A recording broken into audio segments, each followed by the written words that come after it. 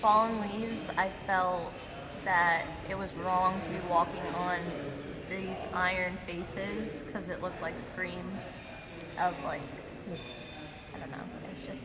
It just felt really wrong to be doing that. It felt disrespectful to be walking on these faces because they represent the lives that were taken.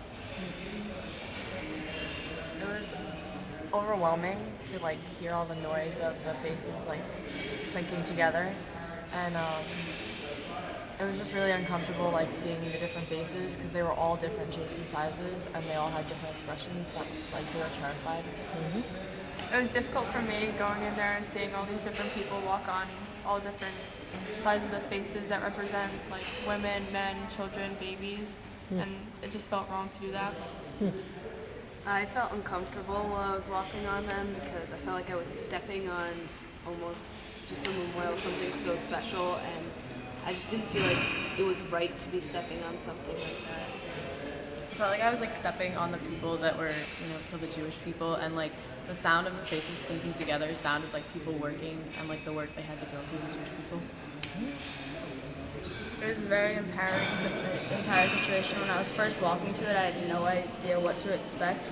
And then as soon as we walked in and saw the faces, it was very like, a depressing moment, and it just reminded me of every life that was taken.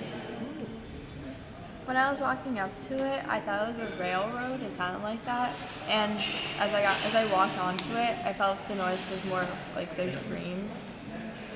It was really heartbreaking walking all over those faces and everything because they represented the people who died, and I just felt really uncomfortable walking and disrespectful.